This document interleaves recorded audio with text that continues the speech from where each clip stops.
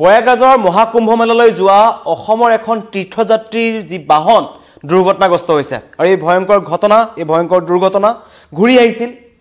অসমলৈ কুম্ভ মেলাত অংশগ্ৰহণ কৰি পেলাই কুম্ভ মেলাত তেওঁলোকে মহাস্নান কৰিছিল তাৰ পৰা ঘূৰি অহাৰ পথত পশ্চিমবংগৰ যি ২৭ নং ৰাষ্ট্ৰীয় ঘাইপথ আছে এই ২৭ নং ৰাষ্ট্ৰীয় ঘাইপথত এখন মহিন্দ্ৰা পিকআপৰ লগত এই তীৰ্থযাত্ৰী বাহনখনৰ মুখামুখি সংঘৰ্ষ হৈছে আৰু এই ভয়ংকৰ দুৰ্ঘটনাটোত কেইবাজনো যাত্ৰী আহত হৈছে কিন্তু সৌভাগ্যক্ৰমে কোনো লোকৰ ইয়াতে প্ৰাণ যোৱা নাই আৰু আহতসকলক চিকিৎসালয়ত ভৰ্তি কৰোৱা হৈছে ঘটনাৰ স্থান পশ্চিমবংগৰ যি জলপাইগুৰি আছে জলপাইগুৰি টিপানী চুকি বুলি যিখিনি অঞ্চল আছে এই টিপানী চুপতিত ঘূৰি অহা পথত এই মহাকুম্ভ মেলাৰ তাৰ পৰা আহি থকা বাহনখন যিখন যাত্ৰী আছিল তেওঁলোকৰ বাহনখন দুৰ্ঘটনাগ্ৰস্ত হয় আৰু এই লোকসকল আছিল অসমৰ পৰা গৈছিল তেওঁলোক আৰু আহি থকা সময়ত খাৰুপেটিয়াৰ হয় যিসকল আছিল ৪৩ গৰাকী যাত্ৰী আছিল এই বাছখনত ৪৩ গৰাকী যাত্ৰী তেওঁলোক মহাকুম্ভ মেলালৈ গৈছিল মহাকুম্ভ মেলাত অংশগ্ৰহণ কৰে তাৰ পৰা ঘূৰি অহাৰ পথত এখন মহিন্দ্ৰা পিকআপ ভানৰ লগত মুখামুখি যি সংঘৰ্ষ হয় খবৰ আহিছে আৰু এই মহিন্দ্ৰা পিকআপ ভানখনৰ ভুলৰ বাবে এই ভয়ংকৰ দুৰ্ঘটনাটো সংঘটিত হ'ল মহিন্দ্ৰা পিকআপ ভানখনে ভুল দিশেৰে আহি আছিল আৰু টাৰ্ণ ল'বলৈ চেষ্টা কৰোঁতেই মুখামুখি সংঘৰ্ষ হয় আৰু সংঘৰ্ষত এই অৱস্থা বাছখনৰ দেখাইছোঁ আৰু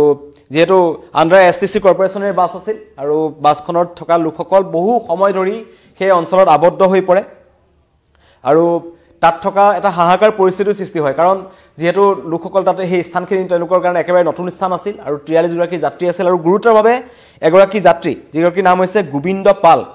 যথেষ্ট গুৰুতৰভাৱে তেখেত আহত হৈছে তেখেতক অতি সংকটজনক অৱস্থাত তাৰ স্থানীয় চিকিৎসালয়ত ভৰ্তি কৰা হয় কিন্তু এই দুৰ্ঘটনাৰ পিছত বাকী যিসকল লোক আছিল তেওঁলোকৰ মাজতে হাহাকাৰ পৰিস্থিতিৰ সৃষ্টি হয় বহু সময় ধৰি সেই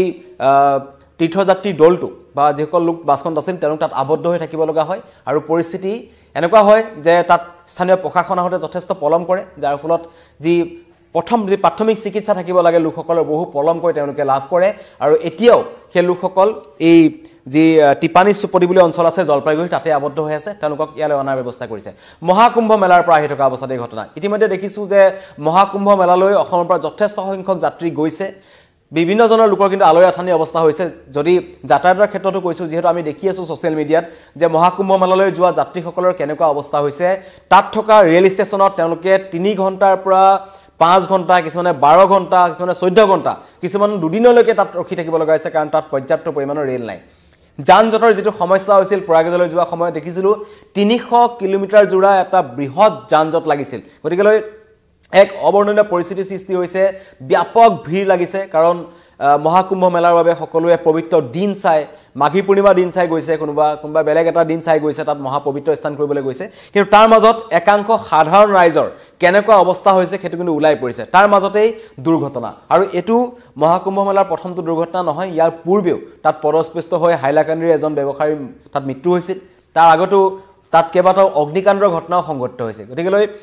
দেখা পোৱা গৈছে যে তীৰ্থযাত্ৰীসকলৰ কিছুমান তেওঁলোকে যেনেকুৱা ধৰণৰ কথা চিন্তা কৰা নাছিল তেনেকুৱা পৰিস্থিতিৰ সন্মুখীন হৈছে কাৰণ তাত যথেষ্ট সংখ্যক ভিৰভাৰ লাগিছে আৰু এই যি অসমৰ দলটো গৈছিল খাৰুপেটিয়াৰ পৰা গৈছিল বৰপেটাৰ তেওঁলোক যোৱা যিখন গাড়ী আছিল AS13 AC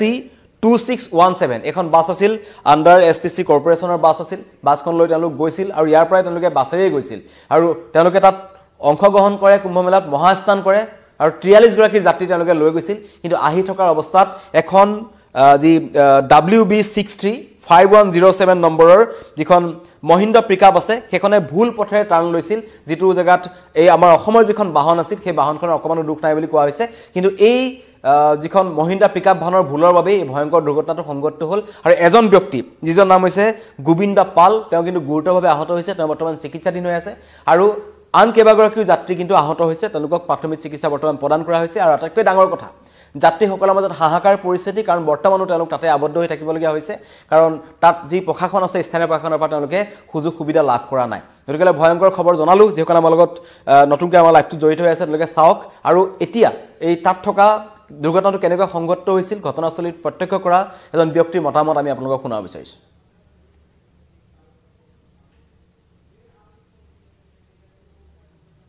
আমি মহাকুম্ভ মেলাত গৈছিলোঁ তাৰ পৰা আকৌ উভতি গৈ আছোঁ ঘৰত আজি ৰাতি হৈছে ঘটনাটো চবেই মানে গাড়ীত শুই আছিল তেনেকুৱা ঘটনাটো হ'ল মানে তেওঁ একো গম পোৱা নাই পটককৈ মানে গাড়ীটো বন্ধ হৈ গৈছে মানে এনেকুৱা হৈ গৈছে পিছত হুলস্থুল লাগি গ'ল কি হৈছে বুলি ডিৱাই এখনত খুন্দা মাৰিছিলে ডিৱাই ওচৰত ডিৱাই গাড়ী এটা আছিল বুলেৰো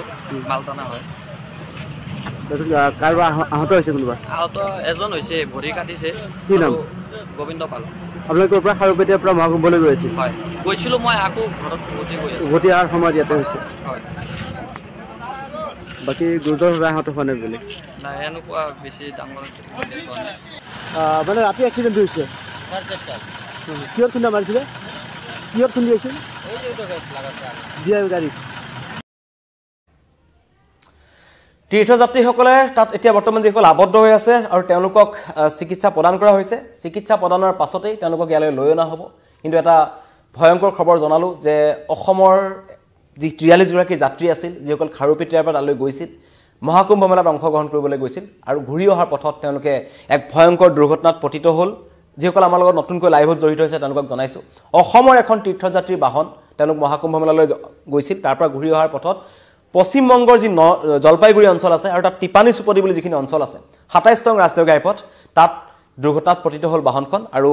বাহনখনৰ এটা অংশ সম্পূৰ্ণৰূপে ধ্বংস হৈ গৈছে প্ৰথম যি আগফালৰ যিটো অংশ আছে আৰু সেই তাত খালি সৌভাগ্যক্ৰমে এই ভয়ংকৰ দুৰ্ঘটনাত কোনো লোকৰ মৃত্যু হোৱা নাই সকলো বৰ্তমান ঠিকই আছে কিন্তু এজন যি তীৰ্থযাত্ৰী আছিল তেওঁৰ নাম হৈছে গোবিন্দ পাল গুৰুতৰভাৱে আহত হৈছে তেখেতক তাৰ স্থানীয় চিকিৎসালয়ত ভৰ্তি কৰোৱা হৈছে চিকিৎসা প্ৰদান কৰি থকা হৈছে আৰু আন কেইবাজনো যাত্ৰী সামান্য পৰিমাণে আহত হৈছে আৰু এই তীৰ্থযাত্ৰী যাত্ৰাত গোটেই দলটোত কেইবাজনো কিন্তু শিশু মহিলাসহ একাংশ লোক আছিল যিসকল সৌভাগ্যক্ৰমে ৰক্ষা পৰিছে ভয়ংকৰ এটা পথ দুৰ্ঘটনা তেওঁলোক গৈছিল মহাকুম্ভ মেলালৈ ঘূৰি আহিছিল সকলো সুকলমে কাম কৰি মহাস্নান কৰিছিল তাত বিভিন্ন ধৰণৰ কাৰ্যসূচীত অংশগ্ৰহণ কৰিছিল তাৰ পিছত আহি থাকোঁতে এই শোকাবহ পথ দুৰ্ঘটনা সংঘটিত হৈছে আৰু ভুল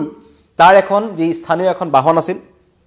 WB635107 এই মহিন্দ্ৰা পিকআপ বাহনখনে ভুল পথেৰে টাৰ্ণ লৈছিল যাৰ ফলত এই অসমৰ বাহনখনে মুখামুখি সংঘৰ্ষ লাগে গতিকে এটা ভয়ংকৰ খবৰ জনালোঁ ইতিমধ্যে এটাই খালি ভাল খবৰ যে মানে চিন্তা কৰিবলগীয়া নহয় কাৰণ কোনো লোকৰ মৃত্যু হোৱা নাই সুকলমে সকলো উভতি আহিব পাৰিব যাতে আৰু যিসকল লোক তাত আছে মহাকুম্ভ মেলাত তেওঁলোকৰ যাতে নিজকে চাই চিতি সুকলমে তাৰ পৰা ঘূৰি আহক কাৰণ যথেষ্ট সংখ্যক তাতে যান জঁটৰ পৰা আৰম্ভ কৰি বিভিন্ন ধৰণৰ অসুবিধাৰ সন্মুখীন হৈছে ৰেলৰ অভাৱ হৈছে আৰু আমি দেখিছোঁ বিহাৰত মহাকুম্ভ মেলাৰ পৰা আহি থকা সময়ত ৰেলৰ ওপৰত কেনেকুৱা ধৰণৰ আক্ৰমণ চলিছে গতিকে বিহাৰৰ পৰা অহাৰ সময়ত বা এনেকুৱা ধৰণৰ অঞ্চলসমূহত সকলো নিজে সজাগ হৈ থাকক কাৰণ বাট পথত যথেষ্ট সংখ্যক অসুবিধাৰ সন্মুখীন হ'ব পাৰে যাতে সুকলমে আহি নিজৰ ঘৰখনত উপস্থিত হওক কাৰণ যথেষ্ট সংখ্যক ভিৰ লাগিছে যথেষ্ট ভিৰ হৈছে দেখিছোঁ 300 কিলোমিটাৰ জোৰা তাতে যান জঁটৰ সমস্যাৰ সৃষ্টি হৈছে অগ্নিকাণ্ড সংঘটিত হৈছে গতিকে দেশৰ লগতে বিভিন্ন আমাৰ দেশৰ লগতে বিদেশৰ পৰা যথেষ্ট সংখ্যক ভক্ত আহিছে লাৰি নিচিগা ভিৰ লাগিছে গতিকে সাৱধান হৈ থাকক সুকলমে ঘৰলৈ ঘূৰি আহক ধন্যবাদ